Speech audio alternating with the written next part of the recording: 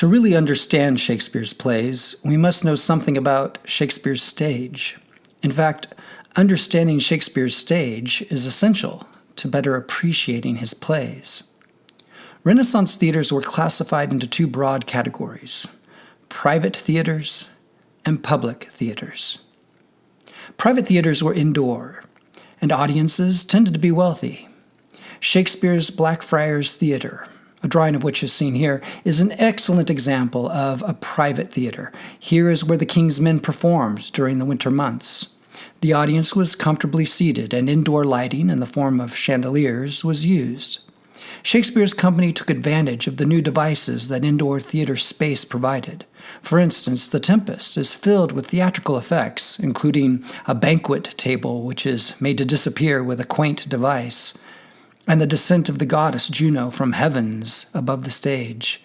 These effects could only be deployed within an indoor theater. Public theaters were outdoor, and audiences ranged from apprentices to prosperous aristocrats. Both men and women from all social classes were present.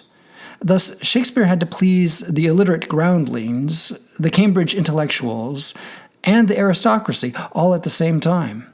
Such a varied and pluralistic audience calls Shakespeare into being. By writing for such a diverse audience, he was forced to expand the range of human experience within his plays. We know the structure of Renaissance public theaters primarily from this drawing by Johann de Witt, a continental visitor to London, who made a drawing of the Swan Theatre in 1596. Shakespeare's Globe Theatre, located across the river from London, must have resembled the de Witt illustration. The typical public theatre was wooden, round or polygonal, capable of holding up to 600 spectators who stood in the yard, or pit, and an additional 1,500 spectators who sat in the three-roofed galleries. The most coveted and highly prized seats were above and almost behind the stage, where aristocrats could be seen and become part of the play's action. Thus, seeing was not nearly as important as being seen, and hearing the plays was much more important than seeing them. In fact, the word audience is derived from the Latin root audentia, the same root of the word auditory. An audience is one that is auditory, relying on listening. Originally, and certainly in Shakespeare's day, the emphasis was on the spoken word. Hearing Shakespeare was always more important than seeing Shakespeare, which is why, perhaps, his language is so beautiful, and his plays are still read today. Another important fact to consider is that originally plays were presented as continuous action, with no sort of intermission. Think about watching Hamlet without any sort of break. Understanding the layout of the Globe is essential to understanding Shakespeare's plays. As you can see in this photo of the reconstructed Globe Theatre in London today, the main stage was a wooden rectangular platform that jutted into the yard and stood some 5 feet above it. Today, as in Shakespeare's day, audiences gather close to the stage. It featured at least one trap door, as can be seen on the modern stage of the Globe, from which spirits could emerge, or into which the gravediggers in Hamlet could mime their digging of Ophelia's grave. A trapdoor was also located above the stage, among the heavens. Visiting the new Globe Theatre in London will give you an idea of the size of the crowds that attended originally, and how compact the theatre was. Today, patrons at the New Globe Theatre pay a moderate admission to stand in the pit close to the stage, like the groundlings of Shakespeare's day, or a slightly higher admission to sit in the wooden benches in the stands. For an extra £1, you can rent a cushion to avoid sitting directly on the hard wooden benches. Theaters were open 6 days a week, every afternoon but Sundays, for much of the year, except during Lent and in times of plague when they were closed for fear of infection. Mornings were set aside for rehearsal. Each performer, in the company of about 12 men, usually played 2, sometimes 3 or 4 different roles in a play. Evening performances were restricted to private theaters. However, during the summer, when days were longer, public theaters could present 2 performances per day as well. Women were not allowed to act. Using boys to play female roles most likely accounts for the relative lack of female parts in Shakespeare's plays. The Renaissance stage had no scenery, but elaborate costumes. Playwrights relied on language to describe the scenery. Many of the costumes were splendid versions of contemporary Elizabethan dress. Some attempts were made to approximate the dress of certain occupations and of antique or exotic characters. Music was almost always incorporated into the plays, and all plays ended with a dance. Although Renaissance theaters used no scenery, the Elizabethan stage often grew bloody, with playwrights and audiences showing a passion for a theater of public cruelty. In London's theaters, mutilation, dismemberment, and execution were matinee fare. In Shakespeare's world, hideous human butchery was just a regular part of life. Strolling across the London Bridge to see a play at the Globe, audiences would pass rows of traitors' heads impaled on spikes. The execution of criminals was, if not public entertainment, certainly public spectacle. An audience might well go to witness a public hanging in the morning and then move on after lunch to watch Macbeth lose his head, or the Earl of Gloucester lose both his eyes in one of Shakespeare's plays. Making the suffering of criminals and traitors public was a key part of the judicial system. And, like the theater, executions drew not only a large, but a socially very diverse audience. The gunpowder plot is a notable example. This event shook public opinion the way 9/11 shook Americans. When Guy Fawkes nearly blew up King James I inside the Houses of Parliament, it was immediately seen as a Catholic conspiracy.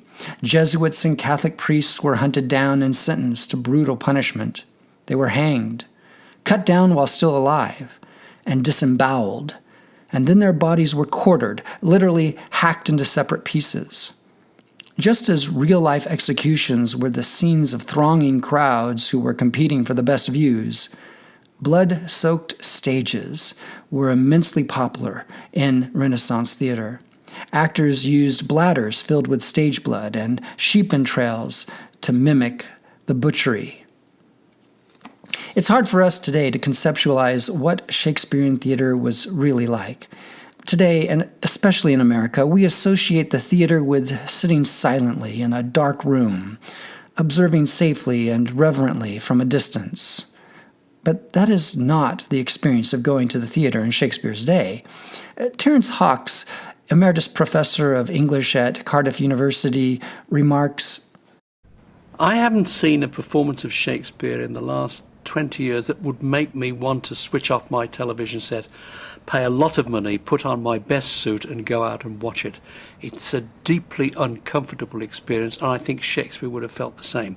The nearest a modern audience gets to Shakespeare is when it watches a football match. And because you're standing literally cheek by jowl with somebody else, to feel that weight of your individual personality lifted from you, and you become one with a large crowd of people. It's a wonderful and a dangerous experience, and that's why in the early days of the Elizabethan theatre the authorities were jolly afraid of the theatre. They didn't like crowds, they didn't like this experience.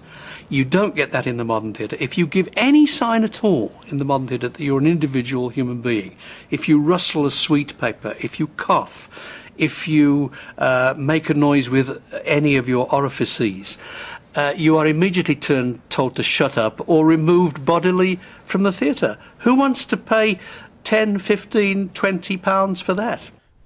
So what was Shakespeare's theatre really like? It was like attending a European football match. It was one of spectacle and participation, visually, vocally, and physically. One of the best examples of what Shakespeare's theatre used to be like comes from a story related by Oscar Eustis. He was the artistic director of the Public Theatre. His theatrical troupe was performing Shakespeare's Measure for Measure at an all-women's prison. In the play, Angelo, the deputy judge charged with the dukedom, tells Isabella, a young virgin nun, that he will not save her brother from a death sentence unless she sleeps with him. Her brother, ironically, is sentenced to death for fornication. Angelo thrusts himself on Isabella. saying that she must yield up her body, or else her brother must not only die the death, but thy unkindness shall his death draw out to lingering sufferance. He then leaves Isabella alone on the stage to consider her answer, which she must give the next day. Eustace relates that the actress playing Isabella, standing alone on the stage in a room full of female prisoners, then delivered the first line of her monologue. To whom should I complain? Unexpectedly, a woman in the middle of the audience stood up and shouted, "Tell the police!" Without missing a beat, this actress looked straight at the female prisoner and delivered her next line. Who would believe me?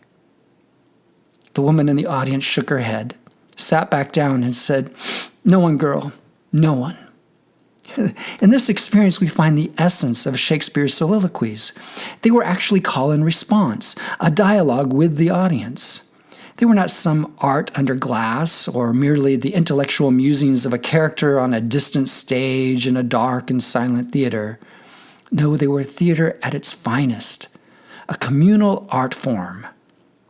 Years ago, when I attended a performance of As You Like It by the Royal Shakespeare Company at Stratford-upon-Avon, I relished in the interaction between the actors and the members of the audience. When Touchstone, a court jester, explains to Corin, a country shepherd, that country life is immoral, he argues, "That is another sin in you, to bring the ewes and the rams together, and to get your living by the copulation of cattle." Touchstone was arguing, in essence, that country life was sinful because being a shepherd is like being some kind of barnyard pimp, bringing ewes and rams together in copulation. Then this actor at Stratford-upon-Avon, pointing first to a very attractive young woman in her early 20s in the audience, and then to an elderly gentleman in the audience who looked to be about in his mid-70s, continued with these lines. "And to betray a she-lamb of 12 months," here the actor pointed to the young girl, "to a crooked, pated old cuckoldry ram," here the actor pointed to the old man, "out of all reasonable match." And of course, we all broke into laughter, because the joke was more than just lines on a page, or delivered in isolation behind some fourth wall on a modern stage. The audience was in on the joke. Indeed, the audience was part of the joke. In theater in the round, we are all part of the action. Shakespeare's theater was highly interactive. When I have attended performances at the Globe Theater, there has always been a sense of carnival. It's like attending a circus and being part of it all at the same time. There's a magnificent energy and a kind of theater that encourages the audience to play along with the actors. After all, the play is the thing. And Shakespeare's theater was all about play.